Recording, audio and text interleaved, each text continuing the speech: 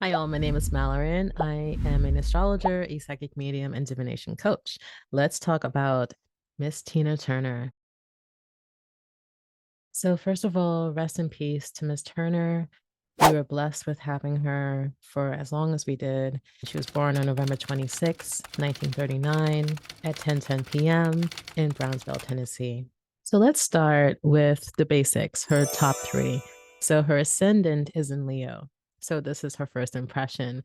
And the ascendant in Leo, of course, is a powerhouse. I mean, Miss Turner is a powerhouse, right? She just had this spark, this energy, this fire, this special something that no one could really emulate. She also has her sun in Sagittarius, which again, more fire energy. It's also located in the fifth house of, you guessed it, Leo. So she has this double dose of fiery energy kind of coming at you all the time. So she's just like this very sparky, charming, creative person. Her moon sign is also in Gemini in the 11th house of Aquarius. So when you have your moon in the 11th house of the people, of the community, we feel very connected to them. They feel like a friend. They feel like someone that we can talk to, that we can resonate with. So now let's get a bit deeper into her chart. So the first thing I'm noticing as well is her Saturn. Saturn is the planet of restriction and limitations. And sometimes it shows where we limit ourselves, but also where other external challenges have been brought upon us to add to that limitation. She has Saturn conjunct, which means that it's next to her south node, also in Aries. So there's a lot going on here. I'm going to unpack this. So the South Node in general is the calculation point where we have been operating and repeating the same patterns, the same personality traits, connecting with the same types of people, having the same experiences over and over and over again. If you believe in past lives, very much indicative of past lives, but also of our childhood. So South Node in Aries is already very heavy, and having Saturn so close to that South Node shows that there is a restrictive quality when she is in the South Node. There's also a need for her to assert her independence. Saturn in Aries is all about pushing for your freedom, like hell or high water. It's really important to exist in this independent state. So with Saturn in Aries, it can show a dominant parent or a dominant spouse or partner, someone around you that is maintaining the sense of restriction, which was the case with her and I. So the big thing that I'm noticing too is Chiron. So what is Chiron? Chiron is an asteroid. It's the connection between Saturn, remember our Saturn, our limitations, Uranus, the disruptive and unpredictable forces that come in to either maintain or release us from these limitations. So Chiron represents our restrictive energies, our wounding, but it also shows where we can heal ourselves and heal others in the long run. So having her Chiron in Cancer is very special, very loving, very warm. This is someone who is, especially in the 12th house, someone who is showing that warmth and energy for the collective. That's the 12th house. The world encompasses everybody, everything. So very much people felt that connection to her. She grew up in a middle class farming household. Her mother left when she was 10 years old, and her father then left when she was 13. She was raised by her grandparents. So, this is very indicative of that Chiron and Cancer, that feeling of abandonment from both parents, feeling like you can never really live up to whatever expectations they have in their minds, but also can show parental figures that might have a hard time either connecting to the child emotionally, which is not the child's fault. It can show maybe younger parents or parents who are just not emotionally mature, not able to really connect with the child on the level that the child needs. Interesting as well, she does have her North Node in Libra. It's all about life purpose, but I like to look at it as qualities and experiences that we're here to have in this lifetime to help us to learn something new, to reach a new pinnacle, a new aspect of our learning journey as souls, as beings on this planet. And a North Node in Libra is really about connecting to peace, connecting to beauty, connecting to compassion, especially with that Saturn conjunction. There has been a lot of abandonment from her parents. And then, of course, that very tumultuous relationship with I. So, North Node in Libra, her goal in this lifetime was to be in a peaceful place, was to just be beautiful and to have people admire her. There was nothing wrong with that. And I feel like people did. And it's not that she wasn't a hard worker. She worked her ass off, but hardworking, dedicated, so strong and beautiful. I mean, we talk about her arms. When I think about Tina, I think about this feminine goddess. So speaking of North Node, she has her North Node squaring her Chiron. So what is a square? A square is when two placements, two planets, placements like an asteroid, like Chiron, they don't really see eye to eye. They butt heads, right? And the North Node in Libra was all about the connection to peace and understanding and beauty and just living the soft life. And Chiron in Cancer kind of was opposing that, saying, do you feel like you deserve it? Are you worthy of that? Do you remember your childhood? Like, I'm just saying, this is what Chiron does. It sometimes can project a lot of negative speak, negative talk. And with that square with her North Node, it was probably a huge challenge to be able to battle and push past those negative voices that were saying that she was not worthy, that she didn't deserve it. And she does, and she did. But this was a huge struggle in her chart. So, how does a person with North Node square Chiron get through this? Personally, I have this connection. My North Node in Leo is squaring my Chiron in Taurus. And what I found is that this placement leads to someone relying on the spiritual, the emotional connection, less so the external, less material. There's no amount of money that can ever satisfy the Chiron person's needs. So the North Node helps us to connect to the spiritual aspect of whatever we're doing. It's really connecting to service to others and helping you be your truest, authentic self and offering that to the world. And that is the best way to heal your Chiron if you have a North Node square Chiron. It's important as well for people with this placement to not play small because your North Node is amplified by this Chiron placement. So remember, Chiron is your wounding, but it's also your biggest gift that you can offer the world. So if you're diminishing yourself and diminishing that, you're diminishing your gift. So the North Node, as you move closer to it, it amplifies and it grows the ability for you to heal your Chiron. Therefore, healing your Chiron and connecting with your North Node go hand in hand. Another interesting aspect in her chart, her midheaven, which is in Taurus. Midheaven is your public self.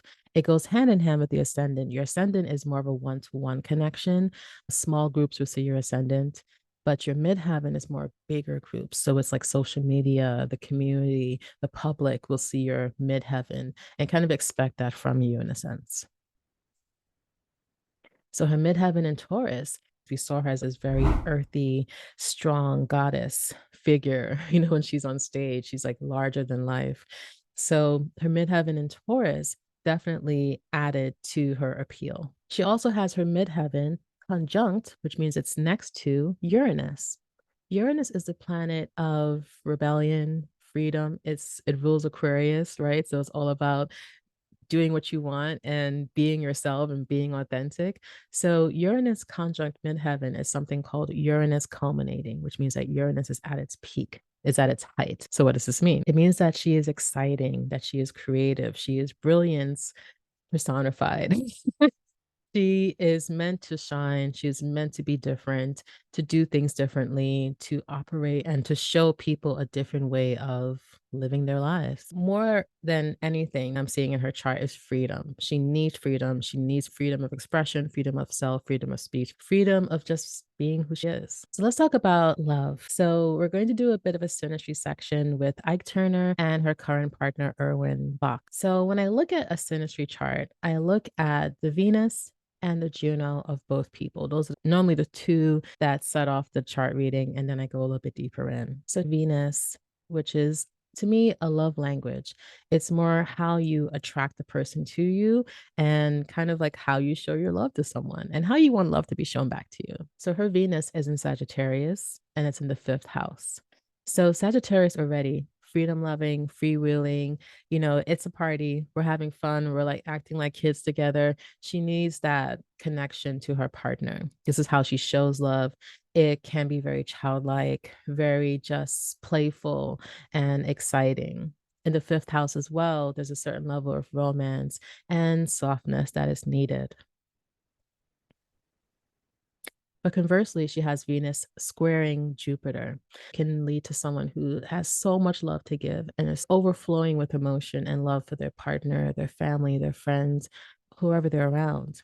But it can lead to people pleasing. It can lead to someone who wants the people around them to feel this happiness and joy by any means necessary, which can then therefore lead to the person neglecting their own needs and their own truth. She also has Juno in Aquarius. So Juno is more of a long-term partnership. It's more like what we really need in a partner for the long haul. And a Juno and Aquarius, I like to look at it as you're looking for that partner outside of you, but also it's how you embody that energy as well. She has Juno and Aquarius in her seventh house. So it's someone who is eccentric, who is different, who is maybe a little bit a little bit out there in the way they think and the way they operate, and someone who can accept and give her the freedom that she's looking for. In the seventh house, it's someone who does it as like soft delivery. It's someone who is caring, someone who cares about others. They could be in the counseling field, they could be interested in philanthropy. So let's first talk about Ike Turner. So Ike Turner was born on November 5th, 1931. We don't have a time of birth. So let's talk about Tina and Ike's relationship. Ike Turner was born on November 5th, 1931. We do not have a time of birth, but we know that he was born in Clarksdale, Mississippi. So let's just first start with the attraction. What was the first point of interest? His Jupiter in Leo was right on top of her ascendant in Leo. So what does that mean? Think about the story of how they met. I think she was like 18 or 19, and she went into a club and saw him performing already in his Jupiter in Leo. Jupiter is where we have our natural talents and gifts. And in Leo, he is a natural performer. He's a natural entertainer. This is his gift. He's a musician. He played many instruments. So her coming in and seeing him on stage, like, oh my gosh, like Jupiter, like this is the connection with Zeus, like probably seeing him as a god. Like you're a god on stage. This is wow, I want to be like this. So this is kind of where the attraction, the positive connections kind of end. There's a lot going on here. I mean, first of all, let's just talk about his Scorpio stellium, which in itself is not a bad thing. I love a Scorpio stellium. I know a lot of people who have a Scorpio stellium and they're amazing, amazing people. They Scorpio stellium, which means we have a lot of placements in Scorpio. They feel things so strongly and so deeply. And we need that in this world, right? But remember, when I look at a synastry chart, I like to look at everything. You have to look at the whole story. So his Scorpio and stellium exists in her fourth house. Why is this important? If you go back to the story of her childhood, the fourth house is our home and our family, how we grew up, how we're raised, our inner selves. So already she has her inner self, that inner energy in Scorpio, dealing with some really heavy demons, feeling insecure, feeling like she's not good enough. Remember Chiron and Cancer. So in comes Ike and he fills up her fourth house with all of his placements. And Scorpio can be very dominating, can be very oppressive, especially when it comes to the fourth house, which is the house of nurturing and connection. So I feel like what transpired was him showing his love and attention and connection to her through this almost aggressive domination. The other thing we're looking at too is that his Venus is in Scorpio. His Venus in Scorpio can lead to very intense, obsessive, possessive love. You go back to his Juno's in Cancer, which in itself is not bad. I have a Juno in Cancer. It's not a bad placement. But if you look at his Pluto is directly on top of his Juno, which means that wherever Juno goes, wherever his long-term love and connection, that devotion, Juno in Cancer, that heartfelt, I'm going to take care of you devotion, Pluto's right on top of it. And Pluto is not, again, in itself bad. It's a challenge because Pluto is obsessive, it's intense. So wherever he goes, he brings that intensity to his relationship. So he brings that with him wherever he goes. And where is it based in? It is based in his own insecurity of his home life, of how he was brought up. Going back to Juno and Pluto connection for him, it's right on top of her Chiron. Chiron, remember her wounding. So her wounding and her sense of feeling insecure and feeling not good enough, his Pluto and Juno use that as a form of control, as a way to keep her in the relationship. Another placement I'm looking at is his moon in Virgo, which again is not bad in itself, but it can be very critical. It can be very much pointing out someone's flaws automatically. And if you've ever seen What's Love Got to Do with It, you see that a lot. I'm criticizing her for everything. Like a note wasn't high enough, a note wasn't low enough, the way she dressed wasn't this, it wasn't that. It was constant criticism, especially with the moon in Virgo. Energy is that it's deflecting from their own sense of not feeling good enough, not feeling like what they're doing is worthy. And where was his moon in terms of the synastry? It was very close to her Neptune in Virgo and her Ceres in Virgo. So Ceres is another asteroid that can connect to how we nurture ourselves and how our parents nurtured us, what we're kind of expecting in terms of nurturing. So again, she's kind of expecting this criticism. So last thing we'll talk about is so another indication of suppression and violence in their relationship was his Chiron. Remember, Chiron is your wounding. So his Chiron in Taurus is right on top of all of her Taurus placements, her Uranus in Taurus and her midheaven. Remember, Uranus is about freedom. So if his wounding, which is insecurity, about worth and about his talent and his abilities, which is Chiron in Taurus, it can bring a lot of wounding in regards to the person's abilities, especially musical, artistic, or whatever. So that being on her Uranus, because he felt insecure about himself and his talents, it suppressed her Uranus in Taurus. They have opposite north nodes. Doesn't mean that when you have an opposite north node to your partner, that means an automatic karmic connection, but it can mean you're meant to learn something from the other person, for sure. So his north node is in Aries while hers is in Libra. These are opposite signs. So already with her south node being in Aries, her Saturn in Aries, like who she is and her personality was very much who he wanted to be. There was a lot of jealousy going on, like I said, not only in terms of Jupiter in Leo, ascendant in Leo, but this south node connection is very indicative of you have what I want and you have what it's very indicative of you have what I want and I have what you want. But in terms of for their relationship, there was less about a sharing of these abilities. To be honest, with his South Node in Libra, he should have been the one that she turned to for peace, right? When she was looking for that sense of peace and stability and calm, he wasn't that person for her. He brought violence, he brought trouble, he brought the drama. That was also a lot of this karmic patterning I've noticed with a South Node in Libra, where the person used that to control someone rather than to bring them the peace and the calm that they could have brought them.